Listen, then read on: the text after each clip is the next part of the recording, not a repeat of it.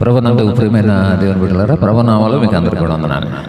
చాలా సంతోషం మరలా ఒకసారి మీతో కలిసి దేవుని వాక్యాన్ని ధ్యానం చేసేటువంటి అవకాశం ప్రభు ఇచ్చిన దాన్ని బట్టి ప్రభువుని స్తుతిస్తాను. ఈరోజు నేను ఒక అంశం, నిబంధన అనేటువంటి అంశాన్ని కొంచెం మీతో ప్రారంభించాలని అనుకుంటా ఉన్నాను.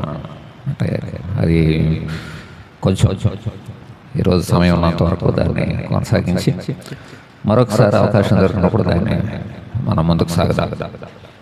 పాత నిబంధనలో ప్రాముఖ్యంగా నిబంధన అనేటువంటి పదం మనం చాలాసార్లు ప్రత్యక్షంగా చూస్తాం.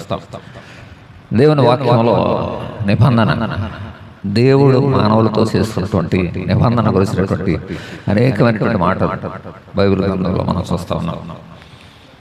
అయితే యేసుక్రీస్తు ప్రభు ఈ లోకానికి వచ్చి మానవాళితో ఆయన చేసుకున్నటువంటి నిబంధన, దాన్ని ఈ ఫిలాసఫర్స్, బైబిల్ ఫిలాసఫర్స్ ఏమన్నారు, రక్త నిబంధన. కనుక దేవుడు మానవులతో చేసినటువంటి మొట్టమొదటి ఏదైనా తోటలో దేవుడు చేసినటువంటి మొదటి నిబంధన మొదలుకొని యేసుక్రీస్తు ప్రభు ఈ మానవాళి కొరకు చేసినటువంటి రక్త నిబంధన, ఆ తర్వాత దేవుడు ఇచ్చినటువంటి మానవాళి కొరకు ఇచ్చినటువంటి శాశ్వతమైనటువంటి నిబంధనతో ఈ నిబంధనలు మానవాళి కొరకు దేవుడు ఇచ్చినటువంటి నిబంధనలు. నిబంధన అంటే ఏంటి అన్నది మనం మొదటిగా మనం చూసినట్లయితే, పరస్పర ప్రయోజనం కోసం రెండు పక్షాల మధ్య ఒక ఒప్పందం, ఒక ఒడంబడిక. ఇందులో ప్రతిజ్ఞలు మరియు వాగ్దానాలు ఉన్నటువంటి వాటికి కట్టుబడి ఉంటారు. నిబంధన అంటే రెండు వర్గాలు, ఇద్దరు వ్యక్తుల మధ్యలో చేసుకున్నటువంటి పరస్పరమైనటువంటి ఒడంబడిక. అందులో వాగ్దానాలు ఉంటాయి, అందులో కొన్ని కట్టుబాట్లు ఉంటాయి, అందులో కొన్ని చేయకుండా ఉండేటువంటి నష్టాలు కూడా ఉంటాయి. ఇది నిబంధన అంటే. దేవుని పిల్లలమైనటువంటి మన జీవితం దేవుని యొక్క నిబంధన మీద ఆధారపడి ఉంటుంది. కనుక ఈ రక్త నిబంధన అనేటువంటిది ఈరోజు మన అంశం, అసలు మన సబ్జెక్ట్ రక్త నిబంధన. ఈ రక్త నిబంధన అనేది దేవునితో మన ఒడంబడిక మరియు మన ప్రార్థనలకు సమాధానం ఇచ్చే ఆధారం. రక్త ఒడంబడిక అనేది ఒకరితో ఒకరు చేసుకోగలిగే బలమైనటువంటి ఒప్పందం. దేవుడు నిబంధన చేసేవాడు, నిబంధన పాటించేవాడు దేవుడు. లేఖనంలోని ప్రతి అంశము అద్భుతంలోనూ రక్త ఒడంబడిక ప్రత్యక్షంగా లేదా అంతర్లీనంగా ఉంటుంది. ఎందుకంటే దేవుడు మన పాపానికి శిక్షణ స్వయంగా తీసుకున్నాడు. కనుక దేవుడు మానవాళితో చేసుకున్నటువంటి ఒప్పందం, నిబంధనలు, వీటిని మనం జాగ్రత్తగా ఆలోచన చేసినట్లయితే, ఒప్పందం చేసినటువంటి వాడు దేవుడు, నెరవేర్చేటువంటి వాడు దేవుడుగా మనకి ఈ బైబిల్ గ్రంథంలో అనేకమైనటువంటి నిబంధనలు మనకు కనపడతా ఉంటాయి. ఈ నిబంధన అంటే బైబిల్ కాలాల్లో ఈ నిబంధన ఇంగ్లీష్లో మనం చూస్తే ఆంగ్లంలో ఒడంబడిక అనేటువంటి పదం మనకు కనపడుతుంది. హెబ్రీ పాత నిబంధనల దాంట్లో బెరిత్ అనేటువంటి పదం కనపడుతుంది. అలాగే కొత్త నిబంధనలో గ్రీకు అనేటువంటి భాషలో మనం చూసినట్లయితే ఇంగ్లీష్లో ఒడంబడిక, పాత నిబంధన హెబ్రీలో బెరిత్ అంటే ఒక ఒప్పందం. అలాగే మూడవదిగా కొత్త నిబంధన గ్రీకులో డయోథికే అనేటువంటి పదం వాడాను. అంటే ఒక గుంపు వారు పూర్తి అధికారంతో చేసినటువంటి ఏర్పాటు అనేటువంటిది, అసమానమైనటువంటి ఒడంబడిక అనేది గ్రీకు పదానికి అర్థంగా మనం చూస్తూ ఉన్నాం. కనుక లేఖనాల్లో ఈ ఒడంబడిక అనేటువంటి పదం, ఈ నిబంధన అనేటువంటి పదం మనుషుల మధ్య లేదా దేవునికి మరియు మనిషికి మధ్య ఒక ఒప్పందాన్ని సూచిస్తామని. ఈ నిబంధన అనేది బైబిల్ గ్రంథంలో మనం ఈ నిబంధన అనేది చూస్తే దేవునికి మానవుడికి మధ్యలో ఉన్నటువంటి ఒక ఒప్పందం, దేవుడు చేసినటువంటి ఒక ఒడంబడికగా దీన్ని మనం చూస్తూ ఉన్నాం. ఈ నిబంధనని ఎవరు ప్రారంభించారు?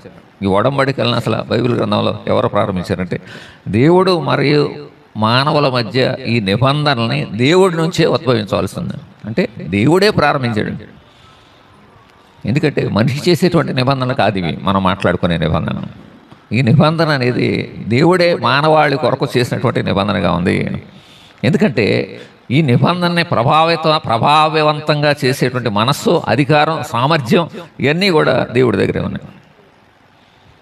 కనుక మనం ధ్యానం చేయబోతున్నటువంటి ఈ నిబంధన ఈ నిబంధన అనేటువంటి దాంట్లో మనం గమనించవలసింది ఏంటంటే, ఈ బైబిల్ సంబంధమైనటువంటి నిబంధన మానవాళితో దేవుడు చేసుకున్నటువంటి ఒప్పందం, మానవాళితో దేవుడు చేసినటువంటి ఒడంబడిక అనేక సార్లు.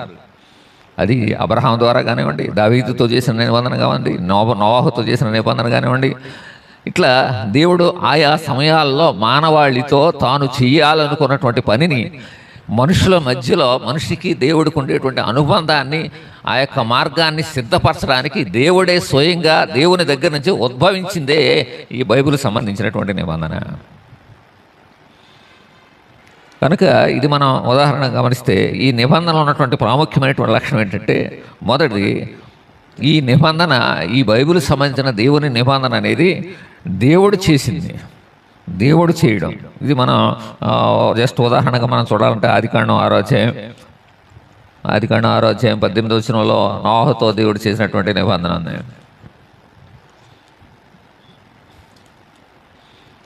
ఆదికాండం 6వ అధ్యాయం 18వ వచనంలో, అయితే నీతో నా నిబంధన స్థిరపరచుదును, నీవును నీతో కూడా నీ కుమారులను నీ భార్య నీ కోటండ్రును ఆ ఓడలో ప్రవేశ నీతో నా నిబంధన స్థిరపరచుదును అంటాడు.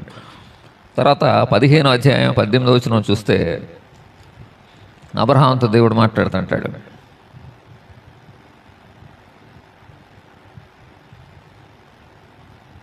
లేకపోతే 17:2 చూస్తే 17 ఇక్కడ కూడా ఉంది, 15:21 కూడా ఉంది. అమోరీయులకును కనానీయులకును గెర్షీయులకును యెబూసీయులకును నీ సంతానం నాకు ఇచ్చి ఉన్నానని అబ్రాహాముతో నిబంధన చేశాను. 17:2 కూడా ఉంది, నాకును నీకును మధ్య నా నిబంధనను నియమించి నిన్ను అత్యధికముగా అభివృద్ధి పొందించేదనని అతనితో చెప్పాను. కనుక ఈ బైబిల్లో ఇంకా దావీదుతో చేసిన నిబంధన ఇవన్నీ కూడా మనం చూస్తాం. అలాగే ఇశ్రాయేలు ఇంటి వారితో కూడా దేవుడు నిబంధన చేశాడు.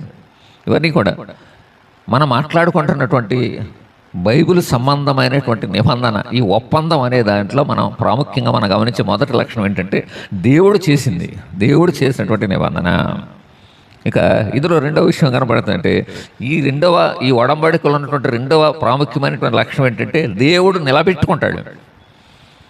నిబంధన చేసినటువంటి దేవుడు ఆ నిబంధన ఆశీర్వదిస్తాను అనేటువంటి నిబంధన అయితే ఆశీర్వదిస్తాడు, విస్తరింపజేస్తాను అనేటువంటిది నిబంధన అయితే విస్తరింపజేస్తాడు. అనేక మంది ప్రజలను నీకు లయపరుస్తాను అని అన్నాడంటే లయపరుస్తాడు. ఇది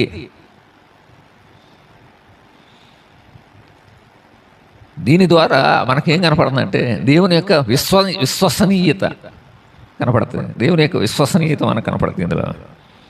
కనుక ఇందులో మనం గమనించినట్లయితే ఈ దేవుని గ్రంథంలో మనం గమనిస్తున్నటువంటి ఈ నిబంధన అనేది దేవుని దగ్గర నుంచే వచ్చింది, దేవుడు చేసేటువంటి నిబంధన మొదటిది. రెండవది, నిబంధన చేసినటువంటి వాడు ఆ నిబంధనని నిలబెట్టుకుంటాడు. ఈ కొన్ని వచనాలు కూడా మనం చూడొచ్చు. ద్వితీయోపదేశకాండం 7వ అధ్యాయం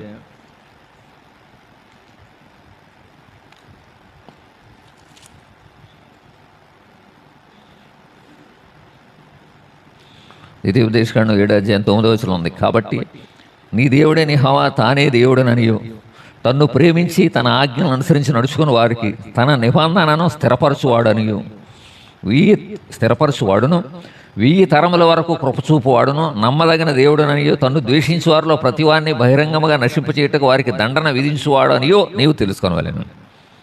ఇది ఇంకా బైబిల్లో చాలా వచనాలు ఉన్నాయి, మనకు సమయం లేదు అయినా చదవటానికి.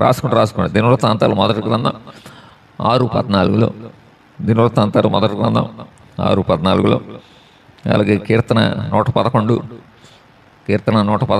5:9, కీర్తన 111:5-9, రోమా 1:31. ఈ వచనాలన్నీ కూడా ఏమి సెలవిస్తున్నాయంటే నిబంధన చేసినటువంటి వాడు దాన్ని స్థిరపరిచేవాడు, ఆయన నిబంధన చేసినటువంటి వాడు దాన్ని ఆయన నెరవేర్చేటువంటి దేవుడు. ఇది కనుక నిబంధన చేసినటువంటి వాడు దేవుడు, చేసిన నిబంధనని నిలబెట్టుకునేవాడు లేకపోతే స్థిరపరిచేవాడు దేవుడు. ఇంకా మూడవదిగా ఈ నిబంధనలో ఉన్నటువంటి మూడవ లక్షణం ఏంటంటే ఈ నిబంధనను దేవుడు బయలుపరచడం. మనిషి దేవునితో ఈ యొక్క నిబంధన సంబంధాన్ని కలిగి ఉండాలంటే వాగ్దానాలు మరియు నిబంధనలను బహిరంగ ప్రకటిస్తూ ఆయన మనిషికి ఒడంబడికను బహిర్గతం చేయాలి. నిబంధనను తయారు చేసినటువంటి వాడు ఆయన, ఇచ్చినటువంటి నిబంధనను నిలబెట్టుకునేటువంటి వాడు ఆయన.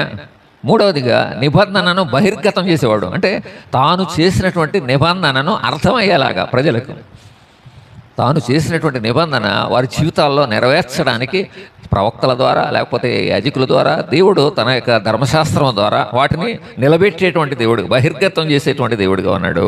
కీర్తన గ్రంథం 25:14.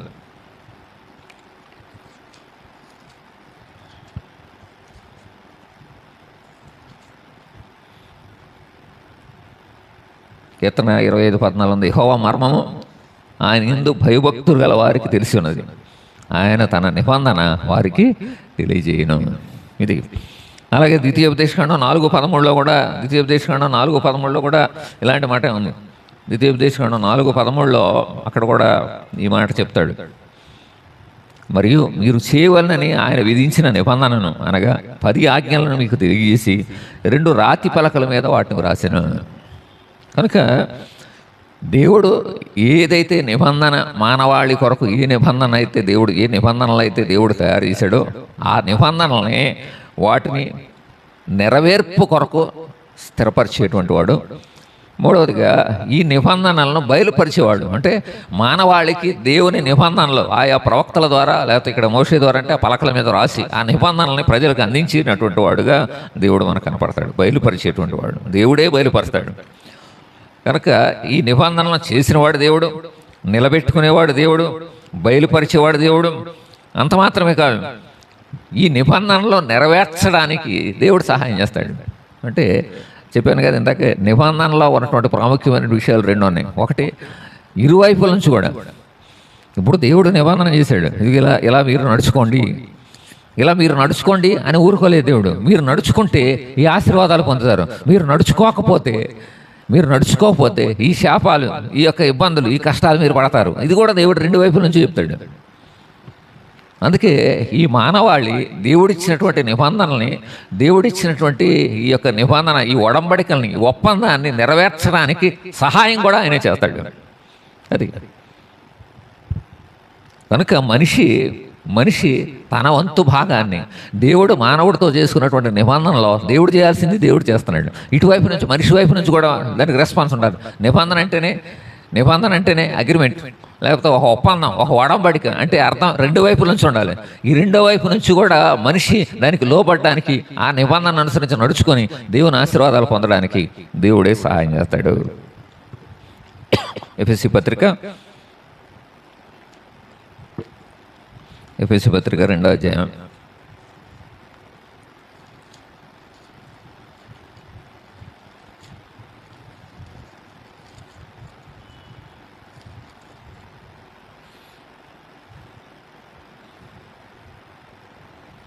4 నుంచి తర్వాత చదువుకోండి. 4 నుంచి 13 వరకు మనం చదువుకుంటే దేవుడు అక్కడ ఎలాగున తన ప్రియనందు తాను ఉచితంగా మనకు అనుగ్రహించిన తన కృపామహిమకు కీర్తి కలిగినట్లు తన చిత్త ప్రకారమైన దయా సంకల్పం చొప్పున యేసుక్రీస్తు ద్వారా తనకు కుమారులనుగా స్వీకరించుటకై మనలను ముందుగా తన కోసం నిర్ణయించుకొని మనము తన ఎదుట పరిశుద్ధులమును నిర్దోషులమై ఉండవనని జగత్తు పునాది వేయ మరొక మునిపే ప్రేమ చేత క్రీస్తులో మనలను ఏర్పరచుకొనెను.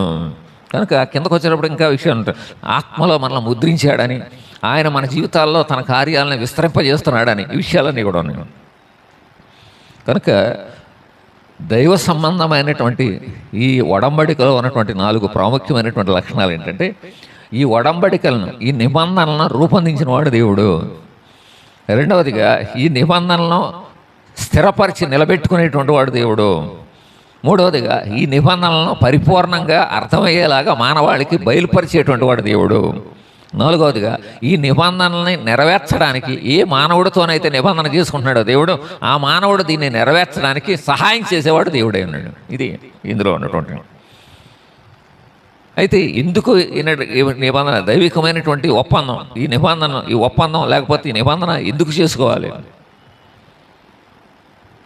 ఎందుకు ఈ సాధారణ ఈ ముఖ్యమైనటువంటి ఉద్దేశం ఏంటంటే, ఈ నిబంధనల యొక్క ముఖ్యమైనటువంటి ఉద్దేశం ఏంటంటే,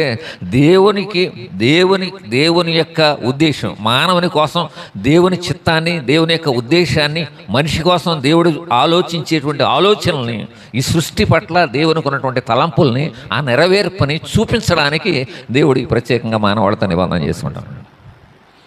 నిబంధన ఎందుకొరకు చేయబడిందంటే, ఇదిగో నీ కోసం, ఇదిగో అబ్రహాం, ఇదిగో నీతో నేను నిబంధన చేస్తున్నాను. ఈ నిబంధన యొక్క సారాంశం ఏంటంటే, ఇదిగో నిన్ను నేను ఆశీర్వదించబోతున్నాను, నిన్ను నేను విస్తరింపజేయబోతున్నాను, నీ సంతానాన్ని నేను అభివృద్ధి చేయబోతున్నాను. ఆ నిబంధన, ఈ నిబంధన మానవాళితో నిబంధన దేవుడు ఎందుకు చేస్తున్నాడంటే, రేపొద్దున మానవాళి కొరకు దేవుడు ఏం చేయాలనుకుంటున్నాడో తన ఉద్దేశాలని, తన ఆలోచనలను ప్రత్యక్షపరచడానికి దేవుడు నిబంధన చేస్తూ ఉన్నాడు. ఇంకా మనం తర్వాత విషయం మనం గమనించినట్లయితే, ఈ ఒప్పందాల్లో లేకపోతే ఈ ఒడంబడికలో, ఈ నిబంధనలో 3 ప్రాముఖ్యమైనటువంటి సంగతులు ఉంటాయి. ఇది ఒక త్రిత్వంలాగా, తండ్రి కుమారుడు పరిశుద్ధాత్మలాగా ఈ 3 విషయాలు ఉంటాయి. ఇందులో 3 విషయాలు ఏంటంటే, మొదటిది నిబంధన యొక్క వాగ్దానం. మొదటిది ఈ నిబంధనలో ఉన్నటువంటి అంశాలు 3 అంశాలు ఉంటాయి. మొదటిది నిబంధన యొక్క పదాలు లేకపోతే వాగ్దానాలు. రెండవది నిబంధన యొక్క రక్తం. మూడవది నిబంధన యొక్క ముద్ర. మొదటిది నిబంధన యొక్క వాగ్దానాలు. ఇదిగో నేను నీతో నిబంధన చేస్తున్నాను, ఈ నిబంధన ద్వారా నీవు ఇలాగ ఆశీర్వదించబడబోతున్నావు. ఇది దేవుడు చేసేటువంటి నిబంధన. రెండవదిగా మనం గమనిస్తే, ప్రతి నిబంధనలో కూడా నిబంధన రక్తం ఉంటుంది. ప్రతి చోట్ల కూడా దేవుడు ఎక్కడ నిబంధన చేసినా కానీ దాంతోపాటు ఆ రక్తం. ఇప్పుడు ఆ నిబంధనలు కూడా మనం చూస్తాం తర్వాత. ఏదేని తోటలో మొట్టమొదటి దేవుడు ఏదేని తోటలో దేవుడు నిబంధన చేశాడంటే, ఆదాముకి ఆపరేషన్ చేసి ఆదాము పక్కటెముకను తీసి దేవుడు అవ్వను తయారు చేశాడు అక్కడ. తర్వాత ఆదాము అవ్వలతో దేవుడు నిబంధన చేశాడంటే, ఆదాము అవ్వలతో వాళ్ళకి చర్మపు చొక్కాలు ఒలిపించి వాళ్ళకు తొడిగించాడు అనేటువంటిది అక్కడ కనపడుతుంది. ఇంకా పాత నిబంధనలో ఉన్నటువంటి ప్రతి నిబంధన వెనకాల కూడా దేవుని యొక్క నిబంధన జరిగిన ప్రతిసారి కూడా అక్కడ బలర్పించడం అనే దాన్ని స్పష్టంగా చూస్తాను. అందుకే చివరికి వచ్చేటప్పటికి మానవాళి రక్షణ కోసం దేవుడు చేయాలనుకున్నటువంటి స్థిరమైనటువంటి నిబంధనలోకి వచ్చేటప్పటికి యేసు ప్రభు శిలువ మీద రక్తం కాచడంతో ఉంది. అందువల్ల నిబంధనలో మొదటిది తండ్రికి పోలికగా ఉంది. తండ్రి ఆశీర్వదించేటువంటి దేవుడు, ఆయన వాగ్దానాలు ఉంటాయి నిబంధనలో. రెండవదిగా కుమారుడికి గుర్తుగా ఉంది. ప్రతి నిబంధనలో కూడా రక్తం చిందించడం అనేటువంటిది అక్కడ ఉంది. ప్రతి నిబంధనలో కూడా దేవుడు అట్లా పెట్టుకున్నాడు. మూడవది ఏంటంటే, పరిశుద్ధ ఆత్ముడికి గుర్తుగా ఉంది. ప్రతి నిబంధనలో కూడా నిబంధన యొక్క ముద్ర ఉంది. ముద్ర అంటే కార్యము చేయడానికి దేవుడు చేసేటువంటి సహాయం. ఇది పరిశుద్ధాత్ముడికి సాదృశ్యంగా ఉంది. యేసుప్రభు చెప్పాడు, నేను వెళ్ళిపోయిన తర్వాత ఆ పరిశుద్ధాత్ముడిని నేను మీరు పంపిస్తాను. ఆయన మీతో పాటు ఉంటాడు, మీ లోపల ఉంటాడు. ఎందుకు మీ లోపల ఉంటే ఆయన చేసేటువంటి పనులన్నీ కూడా బైబిల్లో మనం చూస్తూ ఉన్నాం. పరిశుద్ధాత్ముడు మిమ్మల్ని నడిపిస్తాడు, పరిశుద్ధాత్ముడు మిమ్మల్ని ప్రేరేపిస్తాడు, పరిశుద్ధాత్ముడు ప్రార్థన చేయడానికి మీకు సహాయం చేస్తాడు, పరిశుద్ధాత్ముడు మిమ్మల్ని ఆత్మ సంబంధంగా జీవింపచేస్తాడు. ఇవన్నీ కూడా దేవుడు మానవులతో చేసుకున్నటువంటి ప్రతి నిబంధనలో కూడా ఈ ముద్ర ఉంది. అంటే దేవుని సహాయం కూడా తోడుగా ఉంది. ఇక అబ్రహాం, నీతో నేను నిబంధన చేస్తున్నాను, నిన్ను నేను ఇలా ఆశీర్వదిస్తాను. దేవుడు అక్కడ కూర్చొని ఆశీర్వదిస్తాను, అలా నేను నీతో పాటు నడుస్తాను. మోషేతో నిబంధన, మోషేకి చెప్పాడు, మోషే నేను నీతో పాటు నడుస్తాను, మీతో పాటు నడుస్తాను, నువ్వు నడుచుకుంటూ వెళ్ళు, ఇది నా నిబంధన. కనుక నిబంధన చేసిన వాడు దేవుడు, కార్యాలు నిబంధన నెరవేర్చేటువంటి వాడు దేవుడు. ఇందాక పాయింట్లో మనం చూసాం నిబంధన ఎవరు ప్రారంభిస్తారు, ఎవరు నడిపిస్తారు, అది చూసాం. ఇప్పుడు తర్వాత పాయింట్లో మనం ఏం చూసామంటే, నిబంధనలో ఏముంటాయి, ఈ ఒడంబడికలో ఏముంటాయంటే ఈ 3 ప్రాముఖ్యమైన విషయాలు ఉంటాయి. నిబంధనలో వాగ్దానాలు ఉంటాయి, నిబంధన రక్తం ఉంటుంది. రక్తం చిందించడం అనేది ఒక నిబంధనకు ఒక బలమైనటువంటి గుర్తుగా దేవుడు ఏర్పాటు చేశాడు. ఇది క్రీస్తుకు సాదృశ్యంగా ఉంది. మూడవదిగా నిబంధనలో దేవుని యొక్క తోడు, దేవుని యొక్క సన్నిధి, దేవుని సహాయం దాని వెనకాల ఉంటుంది. ఇది పరిశుద్ధ ఆత్ముడికి సాదృశ్యంగా ఉంది. ఈ 3 విషయాలు మనం చూస్తా ఉన్నాం. కనుక తండ్రి మన కొరకు, ఇప్పుడు మనం గమనించుకుంటే తండ్రి మన కొరకు తన వాక్కును, తన వాగ్దానాలని, తన నిబంధనని మనకు దయచేస్తాడు. కుమారుడేమో ఆ వాగ్దానం నెరవేర్పు కొరకు మన కొరకు బలియాగంగా అర్పించబడడం ద్వారా ఆయన కార్యం చేశాడు. మూడవది, పరిశుద్ధాత్ముడేమో ఆ నిబంధన నెరవేర్పు కొరకు మనకు అనుదినం కూడా సహాయం చేసేటువంటి వాడుగా ఉన్నాడు. ఇది దేవుని నిబంధనలో మానవాళి కొరకు దేవుడు ఇంత స్పష్టంగా ఇంత చక్కగా దేవుడు ఏర్పాటు చేసుకున్నాడు. ఇక తర్వాత ఈ నిబంధనలో ఈ మొదటిదిగా మనం 3 విషయాలు చెప్పాం. మొదటిది నిబంధనలో ఉన్నటువంటి వాగ్దానాలు లేక పదాలు, లేకపోతే రెండవది నిబంధన యొక్క రక్తం, మూడవది నిబంధన యొక్క ముద్ర. మొదటి దాన్ని మనం గమనించినట్లయితే, నిబంధన యొక్క వాగ్దానాలు మనం గమనించినట్లయితే, ఈ వాగ్దానాల్లో ఆశీర్వాదం ఉంటుంది, శాపం కూడా ఉంటుంది. ఇదిగో మీరు ఇలా నడుచుకోండి, మీరు ఇలా నడుచుకుంటే మిమ్మల్ని నేను ఇలాగ ఆశీర్వదిస్తాను అన్నాడు దేవుడు. అదే ఆశీర్వాదపరమైన వాగ్దానం. అలాగే శాపం కూడా ఉంటుంది. మీరు ఇలా నడవకపోతే మీరు ఈ నష్టాన్ని తెలుసుకుంటారు. ఇదే చూడండి, ఆదికాండం 12వ అధ్యాయంలో ఆశీర్వాదంతో కూడినటువంటి పదాలు, శాపంతో కూడిన ఈ 2 ఉంటాయి.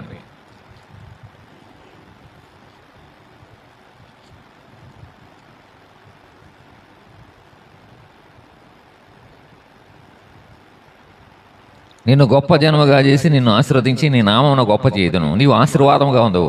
నిన్ను ఆశీర్వదించు వారిని ఆశీర్వదించదను, నిన్ను దూషించు వారిని శపించదను. ఇందులో కూడా శాప పదం ఉన్నప్పటికీ కూడా అందులో కూడా వాగ్దానం అక్కడ మనం గమనిస్తూ ఉన్నాం.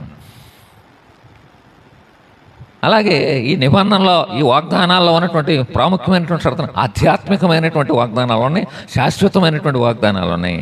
ఎజికేల్ గ్రంథం 37వ అధ్యాయం, ఎజికేల్ గ్రంథం 37వ అధ్యాయం 26 నుంచి చూస్తే, నేను వారితో సమాధానార్థమైన నిబంధన చేసేదను, అది నాకును వారికిని నిత్య నిబంధనగా ఉండును. నేను వారిని స్థిరపరిచేదను, వారిని విస్తరింపజేసి వారి మధ్య నా పరిశుద్ధ స్థలమును నిత్యము ఉంచేదను. నా మందిరము వారికి పైగా ఉండును, నేను వారి దేవుడినైందును, వారి నా జనులైందురు, మరియు వారి మధ్య నా పరిశుద్ధ స్థలము నిత్యము ఉండుటను బట్టి యెహోవానైన నేను ఇశ్రాయేలును పరిశుద్ధపరచువాడనని అన్ని జనులు తెలుసుకుందురు. కనుక దేవుడు మానవాళితో చేస్తున్నటువంటి నిబంధనలో ఉన్నటువంటి ప్రాముఖ్యమైనటువంటి విషయాలు ఏంటంటే, అందులో ఉన్నటువంటి పదాలలో ఉన్నటువంటి ప్రాముఖ్యమైన విషయాలు ఏంటంటే, ఆశీర్వాదాలు ఉంటాయి, శాపాలు ఉంటాయి. దాన్ని చేసినవాడు, దానికి అనుగుణ్యంగా నడుచుకున్నవాడికి ఆశీర్వాదాలు వస్తాయి. మూడవదిగా మనం గమనించినట్లయితే శాశ్వతమైనటువంటి వాగ్దానాలు. ఇది స్థిరముగా నేను చివరి వరకు కూడా నేను మీతో పాటు ఈ నిబంధనలు నిలబేస్తాను అంటా ఉన్నాడు. ఇది నిబంధనలో ఉన్నటువంటి వాగ్దానాలు. ఇక రెండవదిగా నిబంధనలో షరతులు ఉంటాయి. ఏ నిబంధన దేవుడు మానవాళ్ళతో చేసుకున్నా కానీ దానికి షరతులు ఉంటాయి తప్పనిసరిగా. అది ద్వితీయోపదేశకాండంలో చూడండి, ఒక మాట చూద్దాం. ద్వితీయోపదేశకాండం 30వ అధ్యాయం, ద్వితీయోపదేశకాండం 30వ అధ్యాయం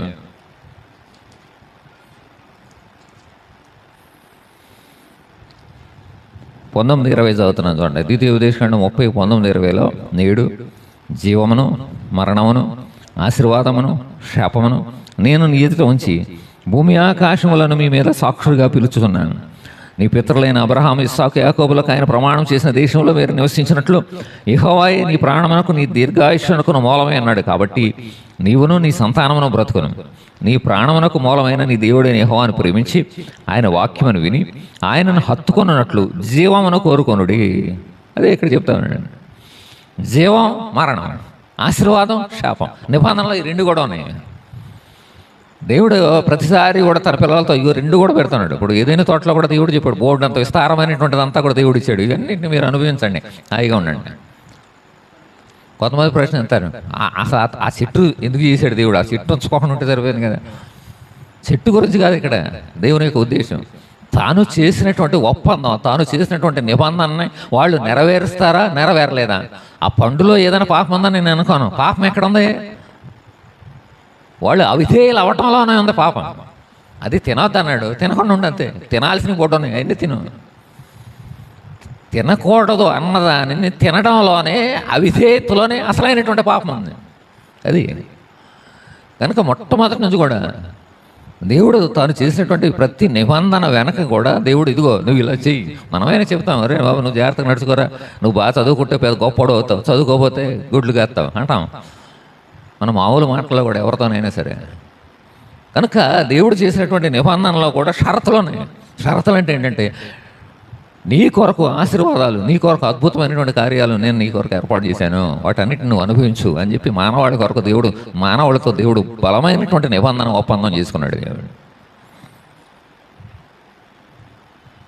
ఇక తర్వాత నిబంధనలో ప్రమాణం ఉంది, నిబంధనలో వాగ్దానాలు ఉన్నాయి, నిబంధనలో షరతులు ఉన్నాయి, మూడవదిగా నిబంధనలో ప్రమాణాలు ఉన్నాయి. గంభీరమైన అధికార ప్రకటన లేదా ప్రతిజ్ఞను నెరవేర్చడానికి వాగ్దానం చేయబడుతుంది.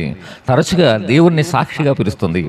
దైవిక ఒడంబడికలో కొన్ని వాగ్దానాలు ప్రమాణంతో ధృవీకరించబడ్డాయి.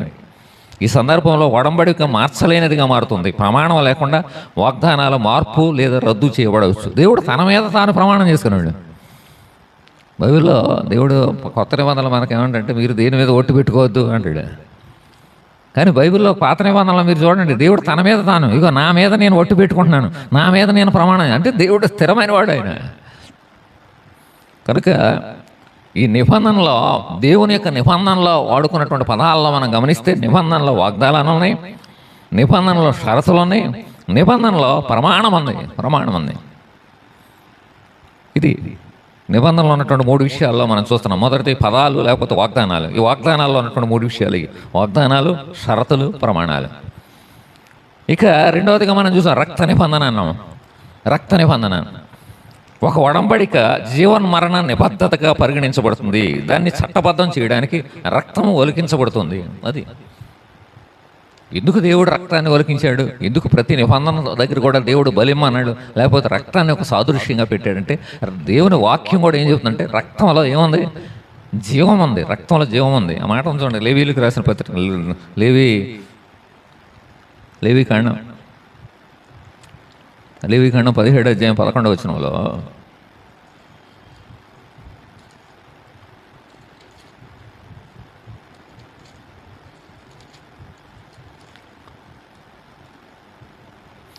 రక్తము దేహమునకు ప్రాణం, మీ నిమిత్తము ప్రాయశ్చిత్తము చేయనట్లు బలిపీఠం మీద పోయిటకే దాన్ని మీకు ఇచ్చితిని. రక్తము దానిలోనున్న ప్రాణమును బట్టి ప్రాయశ్చిత్తము చేయను. కనుక ఎందుకు రక్తాన్ని ఒక సాదృశ్యంగా దేవుడు తీసుకున్నాడంటే, రక్తం ఒక ప్రాణానికి, ఒక జీవానికి సాదృశ్యంగా దేవుడు ఎంచుకున్నాడు. కనుక ఈ ఒడంబడిక లేకపోతే ఈ నిబంధన యొక్క త్యాగం అనేది ఎందులో కనపడుతుందంటే, రక్తం చిందించడం ద్వారా శరీరం యొక్క మరణం, వీటిని కలిగి మరణం లేకపోతే జీవం అనే దాన్ని చూపిస్తుంది. ఈ రక్తం అనేది నిబంధనకు ఒక మధ్యవర్తిగా, ఒక ప్రధాన యాజకుడిగా, ఒక బలిలాగా ఉంటుంది ఈ రక్తం. అందుకే ఈ రక్తం ఎక్కడ చింది? బలిపీఠంలో, లేకపోతే గుడారంలో, లేకపోతే దేవాలయంలో, లేకపోతే పరిశుద్ధమైనటువంటి స్థలంలో ఈ రక్తం చిందించబడుతుంది.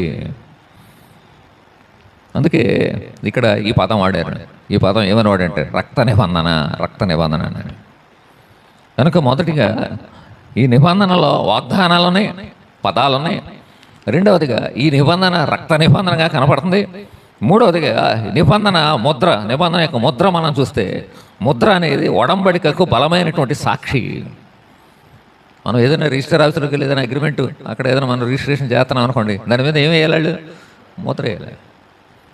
దేవుడు ఒక ముద్ర, ఒక బలమైనటువంటి సాక్ష్యం.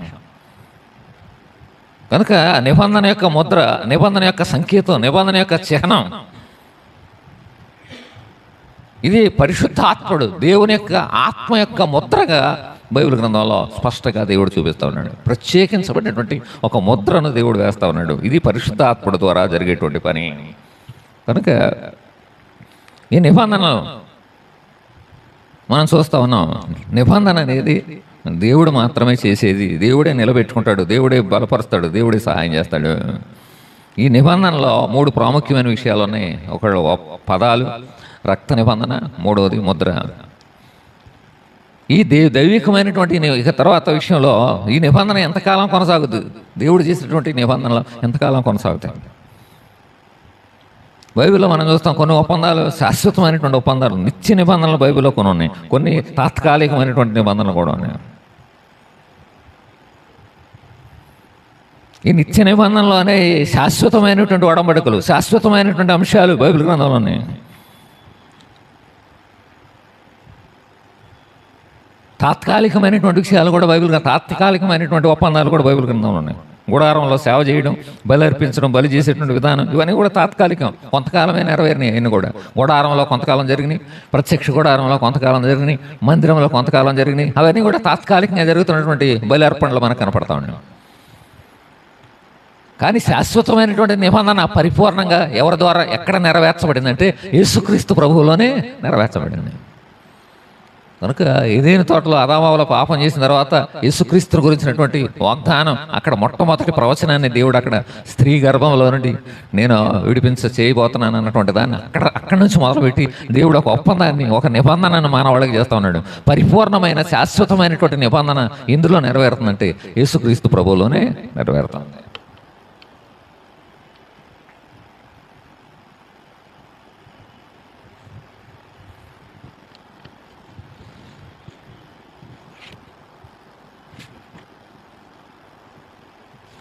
కనుక దేవుడు మనుషులతో చేసినటువంటి నిబంధనల యొక్క నెరవేర్పు ఇప్పుడు వరకు మనం దేవుడు ఎలా చేస్తున్నాడు అన్నదాని దేవుడే చేశాడు, దేవుడే బయలుపరిచాడు, దేవుడే నెరవేర్చడానికి వాళ్ళకి సహాయం చేసేటువంటి వాడుగా దేవుడు ఉన్నాడు.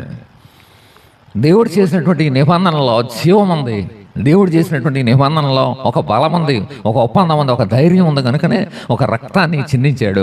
అంత మాత్రమే కాదు, దేవుడు చేసినటువంటి నిబంధనలో బలమైనటువంటి ముద్ర ఉంది. ముద్ర అంటే దేవుడు తోడుగా ఉండి నడిపించడం. ఆయన నిబంధనను నెరవేర్చడానికి దేవుడు తన ఆత్మ సహాయము ద్వారా నడిపించేటువంటి దేవుడుగా ఉన్నాడు. ఈ మూడు విషయాలు మనం చూసాం. ఇక ఇప్పుడు మనం గమనించినట్లయితే దేవుడు మానవునితో 9 ప్రధానమైనటువంటి ఒడంబడికలు, 9 ముఖ్యమైనవి చాలా ఉన్నాయి, 9 ప్రధానమైనటువంటి ఒడంబడికలు బైబిల్ గ్రంథాల ద్వారా మనం చూస్తా ఉన్నాం. నిబంధనలు 9 దేవుడు మనిషితో చేసినటువంటి 9 ప్రాముఖ్యమైనటువంటి నిబంధనలు మనం చూస్తా ఉన్నాం. మొదటిది ఏదేనులో దేవుడి నిబంధన, ఏదేనులో నిబంధన. రెండవది ఆదాముతో నిబంధన. మూడవది నోహుతో నిబంధన. నాలుగవది అబ్రహాముతో నిబంధన. ఐదవది మోషేతో నిబంధన. ఆరోది పాలస్తీనాతో నిబంధన. ఏడవది దావీదుతో నిబంధన. ఎనిమిదవది క్రొత్త నిబంధన. తొమ్మిదవది దేవుని నిత్య నిబంధన. ఇప్పుడు మనం కొనసాగుతున్నది నిత్య నిబంధన. కనుక దేవునితో దేవుడు చేసిన ఒడంబడిక, ఇది దేవుడు తనతో చేసుకున్న ఒడంబడిక, చివరిది నిత్య నిబంధన. కనుక దాని నుండి ఇతర ఒడంబడికలన్నీ కొనసాగుతాయి. ఒడంబడికలన్నీ పరస్పర సంబంధం కలిగి ఉంటాయి. కనుక ఇప్పుడు మనం జస్ట్ బ్రీఫ్గా ఇవాళ మనకున్న సమయంలో ఈ 9 నిబంధనల్ని మనం కొంచెం ధ్యానం చేసుకుంటూ వెళదాం. ఓకే, ఫస్ట్ ఇవాళ మనకు కొంచెం టైం ఉంది కనుక 1-2 నిబంధన వచ్చినటువంటి ఇంట్రడక్షన్ ఇచ్చాను నేను ఇప్పటి వరకు. ఇప్పుడు బైబిల్లో ప్రాముఖ్యమైనటువంటి నిబంధనలు 9 నిబంధనలుగా మన యొక్క బైబిల్ పండితులు గుర్తిస్తూ ఉన్నాడు. ఆ నిబంధనల్ని మనం జస్ట్ 1-2 చూసుకొని మనం ముగించుకుందాం. మొదటిది ఏదేనులో నిబంధన. ఈ నిబంధన అంటే ఒప్పందం, దైవికమైనటువంటి ఒప్పందం, దేవుడు మానవాళ్ళతో చేసినటువంటి ఒప్పందం. అది మనం ఇక్కడ చూస్తా ఉన్నాం. చూడండి, ఏదేనులో నిబంధన. ఆదికాండంలోని మొదటి 2 అధ్యాయాలు సృష్టిలో దేవుని ఉద్దేశంతో పాటు సృష్టి వివరములను నమోదు చేశాడు. ఆదికాండం 1:26-31 మానవుడు దేవుని సృష్టికి కేంద్ర బిందువు. మొదటి ఒడంబడిక మొదటి పురుషుడు మరియు స్త్రీని సృష్టించడంలో దేవుని ఉద్దేశం యొక్క బహిర్గతం చేశాడు.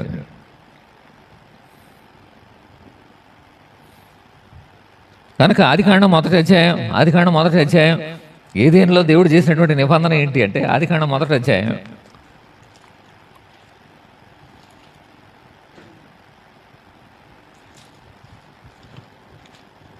26 నుంచి చూస్తే, దేవుడు మన స్వరూపమందు మన పోలిక చొప్పున నరులను చేయుదుము. వారు సముద్రపు చేపలను, ఆకాశ పక్షులను, పశువులను, సమస్త భూమిని, భూమి మీద ప్రాకు ప్రతి జంతువును ఏలుదురుగా కనిగి పలికెను. దేవుడు తన స్వరూపమందు నరును సృజించెను. దేవుని స్వరూపమందు వారిని సృజించెను. స్త్రీని గాను పురుషుని గాను వారిని సృజించెను.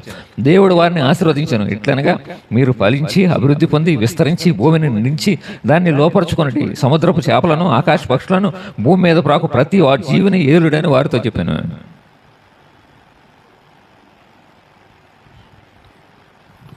ఇందులో ఈ మొదటిగా దేవుడు చేసినటువంటి ఏదేని తోటలో దేవుడు చేసినటువంటి నిబంధన ఒప్పందం ఏంటంటే, మొదటిది దీవెనకరమైన వాగ్దానాలు ఉన్నాయి. ఇందులో వాగ్దానాలు ఉన్నాయి. ఏంటి వాగ్దానం? 26, 27 వచనం చూస్తున్నాం. దేవుడు అన్నాడు, నా స్వరూపంలో, దేవుని స్వరూపంలో మానవుడిని తయారు చేస్తాను. అది ఒక ఒప్పందం. నా పోలిక చొప్పున, సరే, మన స్వరూపమందు మన పోలిక చొప్పున నరులను చేయటము. ఇది ఒప్పందం. ఇది దేవుడు చేసినటువంటి మొదటి నిబంధన. ప్రపంచానికి దేవుడు చేసిన మొదటి నిబంధన, నా పోలిక చొప్పున నరులను చేస్తాను. ఈ మొదటి నిబంధనలో ఉన్నటువంటి అంశాలు ఇవి. తర్వాత రెండవదిగా ఏమన్నాడు? ఫలించి అభివృద్ధి పొందండి. మీరు ఫలించి అభివృద్ధి పొందండి. 28వ వచనంలో మనం చూస్తున్నాం. ఫలించండి, అభివృద్ధి పొందండి, విస్తరించండి, భూమిని నిండించండి, దాన్ని లోపరుచుకోండి, ఈ పక్షుల్ని, సముద్రపు చేపల్ని, ఈ లోకంలో ఉన్నటువంటి వాటిని వేలండి. ఇది దేవుడు మొట్టమొదట మానవాళికి ఇచ్చినటువంటి అద్భుతమైనటువంటి నిబంధన, అద్భుతమైన నిబంధన. కనుక 3 విషయాలు, 3 వాగ్దానాలు ఈ నిబంధనలో ఉన్నాయి. ఏదైనా తోటలో ఉన్న నిబంధనలో 3 వాగ్దానాలు ఉన్నాయి. ఏంటి వాగ్దానాలు అంటే, తన పోలిక చొప్పున సృష్టించబడటం, ఫలించి అభివృద్ధి పొందడం, మూడవది ఈ లోకంలో ఉన్న వాటి అన్నింటినీ కూడా ఏలటం. అంటే ఈ లోకంలో ఉన్నటువంటి వాటి అన్నింటి మీద ఆధిపత్యం ఉండడం అనేదాన్ని. అంతేకాదు, దేవుడు అన్నాడు, ఆ తోటలో ఉన్నటువంటి పండ్లన్నీ తినడానికి కూడా దేవుడు, ఇప్పుడు ఇక్కడ 29వ వచనంలో ఉన్నాడు, భూమి మీద నుండి దేవుడు, ఇదిగో భూమి మీద ఉన్న విత్తనములిచ్చు ప్రతి చెట్టును, విత్తనములిచ్చు వృక్షము గల ప్రతి వృక్షమును మీకు ఇచ్చి ఉన్నాను, అవి మీకు ఆహారమగును. భూమి మీద నుండి జంతువులన్నిటికీ, ఆకాశ పక్షులన్నిటికీ, భూమి మీద ప్రాకు సమస్త జీవులకును పచ్చని చెట్లని ఆహారమగునని పలికాను, ఆ ప్రకారం అయ్యాను. కనుక మొదటి నిబంధనలో, ఏదేనులో దేవుడు చేసినటువంటి నిబంధనలో ఉన్నటువంటి వాగ్దానాలు, ఆశీర్వాదాలు, ఇవన్నీ దీవెనకరమైనటువంటి వాగ్దానాలు. దేవుని స్వరూపంలో పుట్టడం, ఫలించి అభివృద్ధి పొందడం, ఈ భూమిని స్వాధీనం చేసుకోవడం, అన్ని జీవుల మీద ఆధిపత్యం కలిగి ఉండడం, తోటలో పండ్లన్నిటి తినడం, భూమిని పండించడం, ఇవన్నీ కూడా 2వ అధ్యాయం 15వ వచనంలో ఉంది. భూమిని పండించడం అనే దాని గురించి కూడా అక్కడ 2వ అధ్యాయం 15వ వచనంలో, మరి దేవుడైన యెహోవా తోటలో ఉన్న ప్రతి వృక్ష ఫలం నీవు నిరభ్యంతరముగా తినవచ్చును, అయితే మంచి చెడ్డలను తెలివినిచ్చు వృక్ష ఫలంలో నీవు తినకూడదు. కనుక ఇందాక మనం మాట్లాడుకున్నాం, ప్రతి నిబంధనలో కూడా వాగ్దానాలు, ఆశీర్వాదకరమైనటువంటి వాగ్దానాలు ఉంటాయి. శాపం అంటే అవి చేయకోకుండా ఉంటే, దేవుడు చెప్పినటువంటి వాటిని చేయకుండా ఉంటే శాపం కూడా ఉంటుంది. కనుక ఇందులో శాపకరమైన వాగ్దానాలు కూడా ఉన్నాయి. ఏముంది? 2వ అధ్యాయం 17వ వచనంలో ఉంది, మీరు అన్నీ తినొచ్చు, కానీ ఇప్పుడు మనం చదివాం, మంచి చెడ్డల తెలివినిచ్చు వృక్ష ఫలములను నీవు తినకూడదు. ఇది దేవుడు ఆదాముకు నిషేధించబడిన పండును తినడం ద్వారా దేవుని ఆజ్ఞలను ధిక్కరిస్తే దేవుడు ఆధ్యాత్మిక మరియు భౌతిక మరణాల శాపానికి గురవుతాడని దేవుడు వాగ్దానం చేశాడు. అది కూడా వాగ్దానాల కింద లెక్క. ఇంకా మంచి చెబుతున్నాడు దేవుడు, ఇదిగో నువ్వు ఈ దారిలో వెళితే నువ్వు బాగుపడతావు, ఈ దారిలో వెళ్తే నువ్వు చెడిపోతావు, అది ఈ దారిలో వెళ్తే నువ్వు చెడిపోతావు అన్నది శాపం కాదు, అది కూడా దీవెనే. ఎందుకంటే నువ్వు బాగుపడాలని మనం కోరుకుంటున్నాం. దేవుడు కూడా అదే చేశాడు. అందుకే ఇక్కడ ఈ నోట్స్లో ఈ పదం ఏమైనా వాడంటే శాపకరమైన వాగ్దానాలు అన్నారు. వాగ్దానం అన్నారు. ఎందుకు వాగ్దానం అన్నారంటే, అది చేయకూడదు, నువ్వు సమస్తం తిను, అన్నిటిని కూడా అనుభవించు, కానీ ఆ మంచి చెట్ల తెలివినిచ్చేటువంటి ఆ వృక్ష ఫలాలు నువ్వు తినొద్దు. నిబంధనలో ఇది కూడా ఉంది. కనుక విధేయత లేకపోతే విశ్వాసించడం ద్వారా ఒడంబడి యొక్క ఆశీర్వాదాలు మనిషికి అందుబాటులోకి వస్తాయి. ప్రతి నిబంధనలో కూడా మనం గమనించేది అంటే విధేయత, విశ్వాసం, ఈ రెండు కూడా మనిషి దేవుని పట్ల చూపించాలని దేవుడు ఆశపడ్డాడు. అది తప్పినప్పుడు మనిషికి శాపం అవుతుంది. ఆదాముకు ఒకే ఒక ఆంక్ష ఇవ్వబడింది, అదేంటంటే వృక్ష ఫలాలని తినకూడదు. ఇక తర్వాత ఏదేని తోటలో నిబంధన రక్తం, ఈ నిబంధన రక్తం ఇందాక చెప్పాను కదా, ఆదాము గాఢ నిద్రలోకి జారుకున్నాడు. మరియు దేవుడు అతను ప్రక్కడెముకను తీసి హవ్వను చేయడానికి ప్రక్కడెముకను తీశాడు. తద్వారా వారు నిబంధనలోని మాటలను నెరవేర్చడానికి ఫలించండి మరియు అభివృద్ధి చెందండి, ఇది పాపరహిత రక్తాన్ని చెందించడం అను భావనను కూడా తెలియజేస్తుంది.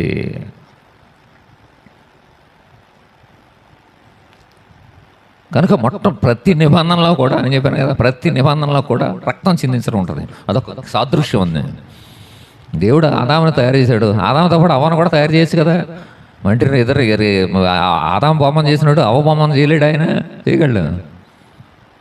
తాను చేయబోతున్నటువంటి ఒక బలమైనటువంటి నిబంధనకు సాదృశ్యంగా రక్తాన్ని సాదృశ్యంగా పెట్టి ఆదాముకు ఆపరేషన్ చేసి దేవుడు అక్కడ రక్తం చిందించి ఆవాను తయారు చేశాడు. ఇది నిబంధన రక్తం. ఇక మూడవదిగా నిబంధన యొక్క ముద్ర చూస్తే ఒడంబడిక యొక్క సంకేత జీవ వృక్షఫలం. అతడు ఒడంబడిక నిబంధనలు ఉల్లంఘించినప్పుడు దేవుని తీర్పు అమలవుతుంది. అదేమనగా ఆదామును ఏదేముని తోట నుండి వెళ్ళగొట్టబడతాడు. ముద్ర ఏంటంటే, ఇగో దేవుడు నీకు తోడుగా ఉన్నాడు, దేవుని సన్నిధి నీకు తోడుగా ఉంది. దేవుడు ప్రతిదినం కూడా వాళ్ళతో వచ్చి వాళ్ళతో సంచరిస్తూ వాళ్ళతో మాట్లాడుతూ నడిపిస్తూ ఉన్నాడు. దేవుడు యొక్క తోడు, దేవుని యొక్క సహాయం వాళ్ళతో పాటు ఉంది, ఆదాము వాళ్ళతో పాటు. అదే సమయంలో వాళ్ళు గుర్తుపెట్టుకోవాల్సింది ఏంటంటే, ఇందులో ఉన్నటువంటి షరతులు ఏంటంటే, ఆ పండు నువ్వు తినకూడదు, తింటే నువ్వు చచ్చిపోతావు. కనుక ఇది మొదటిది. ఏదేనులో నిబంధన. ఏదేనులో దేవుడు చేసినటువంటి నిబంధన మనం గమనించినట్లయితే స్పష్టంగా రెండు విషయాలు కనపడతాయి. దీవెనకరమైనటువంటి వాగ్దానాలు ఉన్నాయి, దాంతోపాటు శాపకరమైనటువంటి వాగ్దానం కూడా ఉంది. ఎంచుకోవడం అనేది, లోబట్టం అనేది మానవుని యొక్క దాని మీద ఆధారపడి ఉంది. ఇది మొదటిగా ఏదేని తోటలో మనం నిబంధన చూస్తాం. ఇంకా సింపుల్గా రెండవది మనం చూస్తే ఆదాముతో నిబంధన.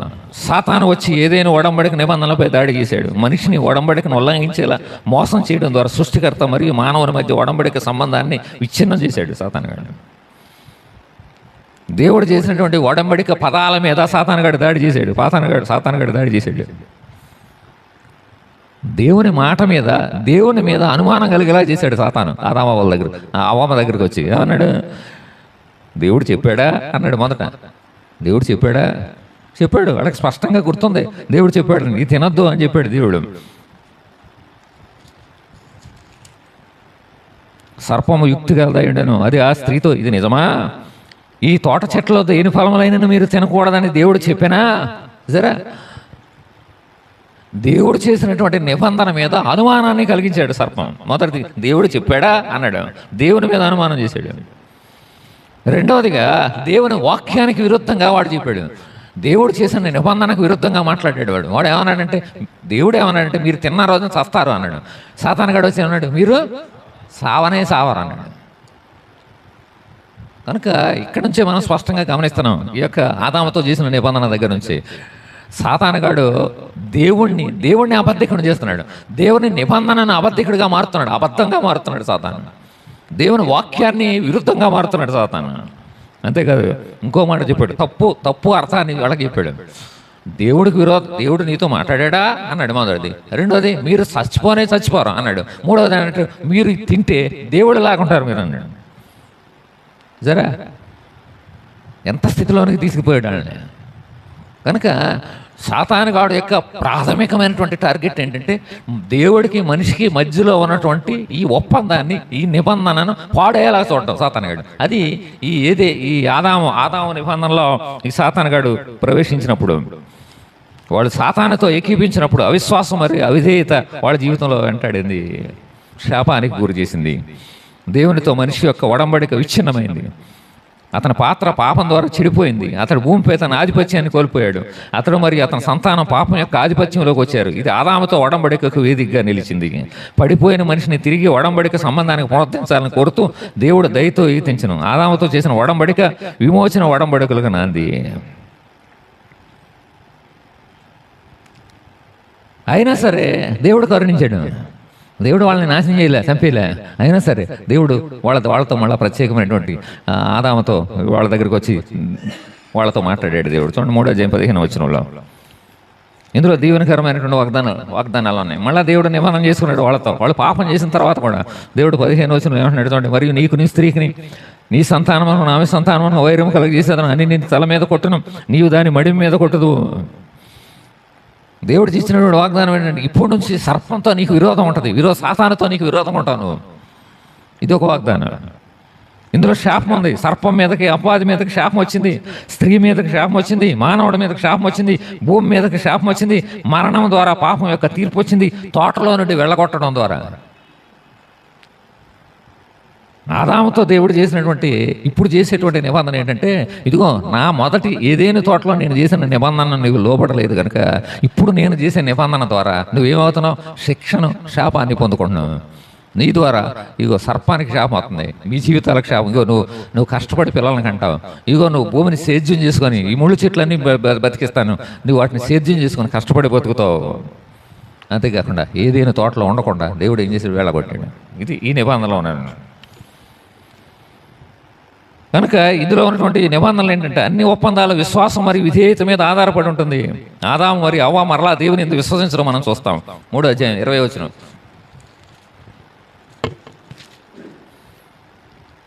ఆదాము తన భార్యకు హవ్వాని పేరు పెట్టెను, ఏలయనగా ఆమె జీవము గల ప్రతిదానికి తల్లి.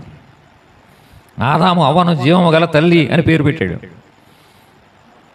కయ్యేను పుట్టినప్పుడు అవ్వ విశ్వాసానికి ప్రతిస్పందన. 4వ అధ్యాయం 1వ వచనంలో ఆదాము తన భార్య అయిన అవ్వను కూడినప్పుడు ఆమె గర్భవతి అయ్యి కయ్యను కని యెహోవా దయ వలన నేను ఒక మనుషుని సంపాదించుకున్నాను అంటే సరే, వీళ్ళు నాశనం అయిపోలేదు, పూర్తిగా పాడైపోలే, మరలా తెలుసుకున్నారు.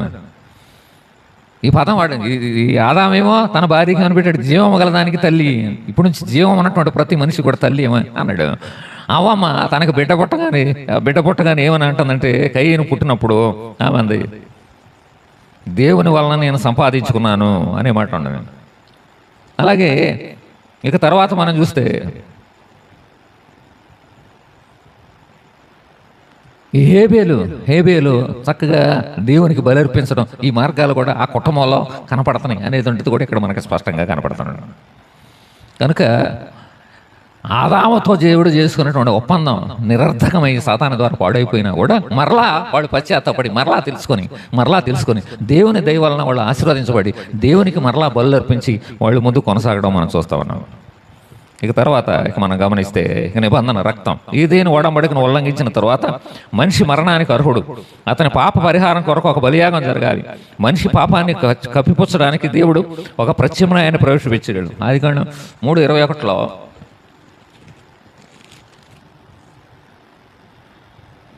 అది దేవుడని యెహోవా ఆదామునకున్న అతని భార్యకును చర్మపు చొక్కాయలను వేయించి వారికి తొడిగాను.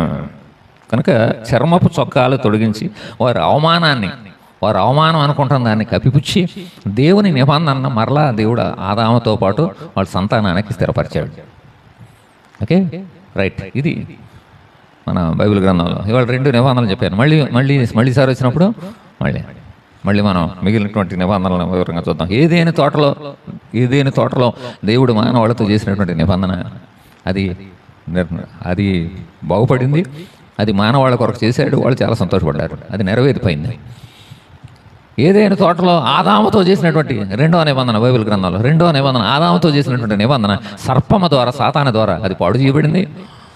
పాడైనా కూడా దేవుడు వాళ్ళని కనికరించి అందులో వాళ్ళు పొందినటువంటి శాపాన్ని, నష్టాన్ని దేవుడు ఇచ్చి అంత మాత్రమే అక్కడితో విడిచిపెట్టకుండా వాళ్ళు మళ్ళీ దేవుని కృపలో, దేవుని యందు విశ్వాసంలో బ్రతికేలాగన దేవుడు తన నిబంధన పునరుద్ధరించి ఆదాముతో వాళ్ళకి చర్మపు చొక్కాలు తొడిగించి రక్తాన్ని చిందించి ఆ తర్వాత వాళ్ళు మళ్ళీ దేవుని దయను పొందుకొని జీవము కలిగినటువంటి దేవుని శక్తితో పిల్లల్ని కానీ వాళ్ళు మళ్ళీ దేవుని ఆరాధించి దేవునికి బలిచ్చి దేవునితో జీవించే కృపను దేవుడు వాళ్ళకి అనుగ్రహించాడు. అందుకని మనం మొదట్లోనే చూసాం, దేవుడు మనిషితో చేసుకున్నటువంటి నిబంధన, మానవాళితో దేవుడు చేసుకున్నటువంటి నిబంధన ఎక్కడికక్కడ ఆగిపోవాలని దేవుడు కోరుకోవాలి. దేవుడు ఎప్పుడు కోరుకోవాలి. దేవుడు తాను చేసిన నిబంధనలన్నింటిలో కూడా మనిషి చివరి వరకు కూడా ఆ నిబంధనలో నిలబడి దేవుని ఆశీర్వాదాలు, దేవుని అద్భుతాలు, దేవుని కృపను పొందుకొని దేవుని కృపకు పాత్రులై ఆయన ఆశీర్వాదాల్లో బ్రతుకుతారు అని దేవుడు ఆశపడ్డాడు. ఎందుకంటే నిబంధన చేసినవాడు దేవుడు, నిబంధనను నెరవేర్చినవాడు దేవుడు, నిబంధనను నెరవేర్చడానికి సహాయం చేసేవాడు కూడా దేవుడు. ప్రార్థన చేద్దాం. పరిశుద్ధుడా, ప్రేమ కలిగిన మా తండ్రికి మీకు స్తుతులు, స్తోత్రాలు, వందనాలు. ఈ లోకాన్ని, మానవులమైన మమ్మల్ని అందరినీ సృష్టించినటువంటి దేవాది దేవుడు అని నాయన, ప్రారంభంలోనే నీ అద్భుతమైన నిబంధనతో ఈ లోకాన్ని, ఆదాము అవ్వలను సృష్టిని నీవు ఆశీర్వదించావు. ఈ దినం కూడా మీ నిబంధనకు అనుగుణ్యంగా మమ్మల్ని నిలబెట్టుకున్నాం. ఈ రక్త నిబంధన ద్వారా ప్రభువా మా కొరకు అద్భుతమైన రక్షణ ఇచ్చి నీ బిడ్డలుగా నీ నిబంధనలను కొనసాగిస్తున్నావు. నీకు స్తోత్రాలు. విన్న వాక్యం మాలో ఫలింపచేయమని, మీ బిడ్డలందరినీ దీవించమని, నీ నిబంధనలు మా జీవితాల్లో స్థిరపరచబడే కృపదాయి చేయమని యేసు నామములో వేడుకొంచున్నాము తండ్రి. ఆమేన్. Thank you.